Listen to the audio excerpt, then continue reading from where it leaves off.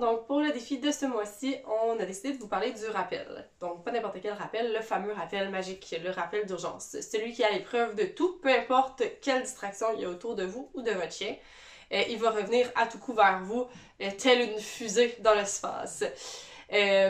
Donc ça va être super important pour ce rappel-là de suivre quelques petits règlements qui vont vous permettre là, justement de mieux structurer votre entraînement et de s'assurer de ne pas mettre le chien ou vous dans une situation d'échec qui va venir pourrir à chaque fois le fameux rappel d'urgence. Donc première des choses, il va falloir choisir un mot qui va être exclusivement que le mot du rappel de votre chien. Donc ça va être un mot qui va servir exclusivement pour rappeler votre chien, un mot que vous n'allez pas pouvoir vous enfarger dans votre quotidien. Donc, c'est pas quelque chose qui doit faire partie de votre vocabulaire. Pas quelque chose que vous pouvez le dire sans le vouloir ou sans que ça soit justement pour le rappel. Ça va être un mot qui va juste sortir de votre bouche à l'heure de l'entraînement. Donc, vous pouvez utiliser votre imagination pour le mot de rappel. Ça peut être un endroit dans le monde que vous avez visité ou encore un fruit que vous mangez pas souvent, ou ça peut être un nom d'animal que vous aimez, que vous utilisez évidemment pas souvent dans votre quotidien. Donc, faites vraiment preuve d'imagination pour utiliser un mot qui est facile à dire, qui est pas trop long, qui est court, qui peut se dire aussi sur un son de voix là, quand même le fun pour le chien. Ça va être important aussi de travailler toujours à l'étape que le chien maîtrise. Donc, c'est-à-dire si j'essaie d'apprendre le rappel à mon chien maintenant, aujourd'hui, puis que demain matin, je m'en vais dans le parc à chiens avec 20 chiens, une vingtaine de chiens, et je tente de faire le mot de rappel en pensant que le chien va revenir vers moi avec autant de distractions, c'est probablement sûr que ça ne fonctionnera pas. Donc, plus le chien entend le mot mais il ne revient pas, plus ça pourrit un petit peu votre entraînement.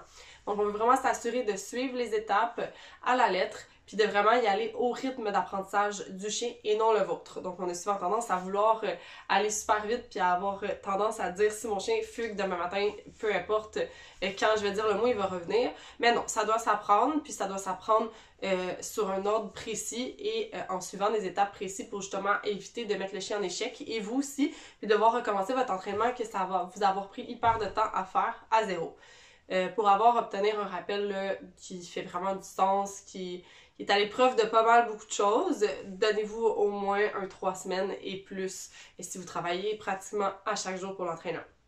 Donc, première des choses, on va vouloir lui apprendre que le mot est super le fun à l'intérieur de la maison, donc dans un environnement qu'il connaît et qui est à l'aise, qui n'a pas trop de distractions. Donc, on ramasse tous les jouets, toute la nourriture, tous les os à gruger qui pourraient distraire. Si vous avez des enfants, on demande de ne pas courir aux enfants justement pour aider le maximum possible le chien à être concentré sur vous.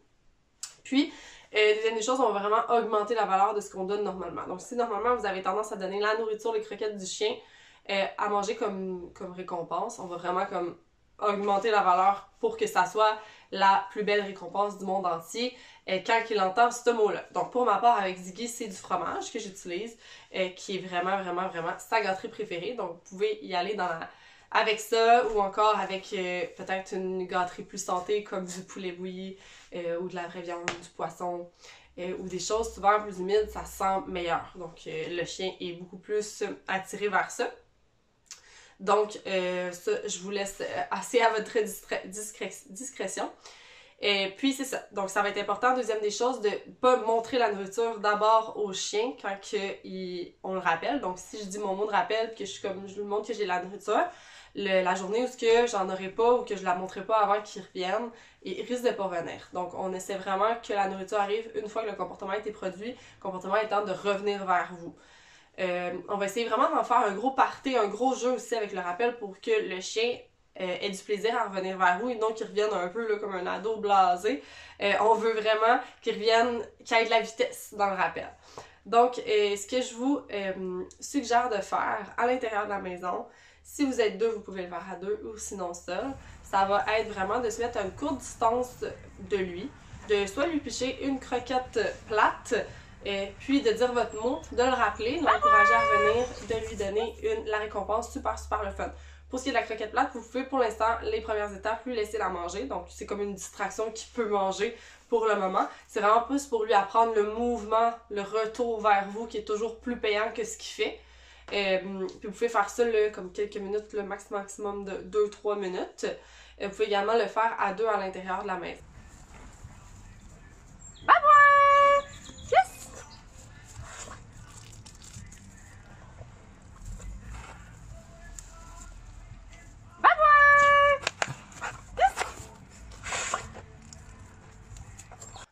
vouloir déjà commencer à introduire les distractions. Donc, ce que je vous conseille de faire, c'est de mettre le chien en harnais, en laisse, d'attacher le harnais sur le dos si vous avez une attache. Mais on va commencer déjà à mettre des distractions à faible intensité. Donc, on va utiliser, pour ma part, j'ai utilisé des croquettes plates, donc la nourriture du chien.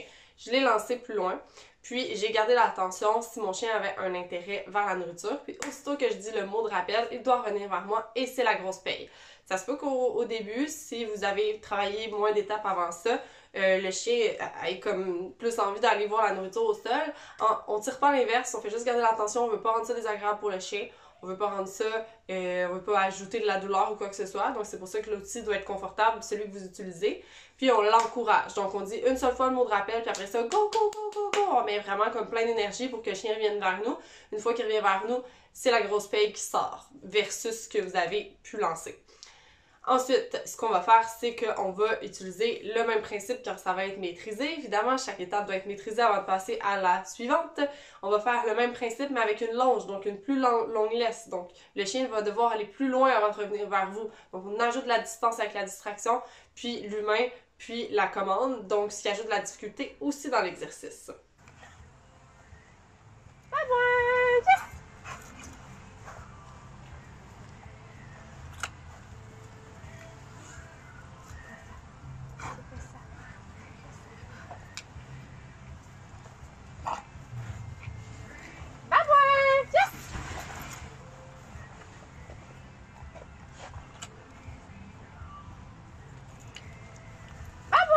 Yes! Good job.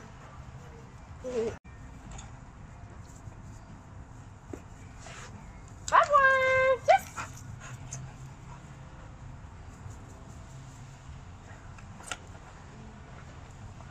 Bye bye! Allez! Yes! Ensuite, le jeu que vous pouvez faire avec votre chien, si vous êtes deux, c'est de rappeler votre chien chacun son tour en fait. Donc j'appelle mon chien, quand il vient vers moi, je paye et ainsi de suite. La nourriture doit être dans une pochette ou dans le dos. La nourriture sort une fois que le chien est arrivé.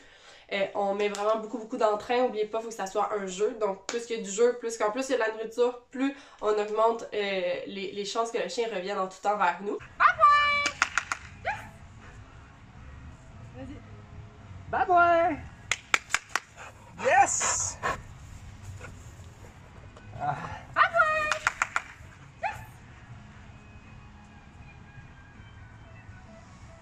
Une fois ça va être réussi, vous allez l'avoir fait à répétition plusieurs fois, on va pouvoir commencer à mettre le chien lousse, puis encore une fois à revenir à nos distractions à basse valeur, puis à pratiquer le rappel dans ce contexte-là.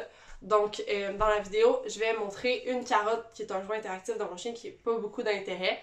Je vais la lancer. Puis, une fois que je vais voir qu'il y a un intérêt vers la carotte, sans la prendre évidemment, donc une fois qu'il revient sans les distractions, je vais rappeler mon mot de rappel. Je vais utiliser mon mot de rappel et une fois qu'il revient vers moi, ça va être la grosse paye. Et ensuite, je vais le faire, encore une fois, en augmentant la valeur de ce que je vais lui lancer comme distraction que je vais déposer au sol. Donc, vers la fin, pour Frisbee, pour Ziggy, excusez-moi, le frisbee, c'est le jeu à grosse valeur. C'est l'objet qu'il aime le plus au monde. Donc évidemment, j'ai travaillé le fromage, j'aime plus ça. Donc évidemment, quand je le rappelle, il faut que ça soit plus payant que l'item en question. Le but, dans le fond, le but ultime, c'est de lancer son frisbee et sans finir sa course, qu'il fasse un 360 degrés, un 180 plutôt, excusez-moi, et qu'il revienne vers moi chercher sa paye une fois qu'il entend le rappel. Donc, suivez les étapes, allez-y, soyez pas trop rapide, soyez patient. Donc, on y va vraiment au rythme d'apprentissage du chien. Puis, on y va aussi selon la valeur des distractions du chien.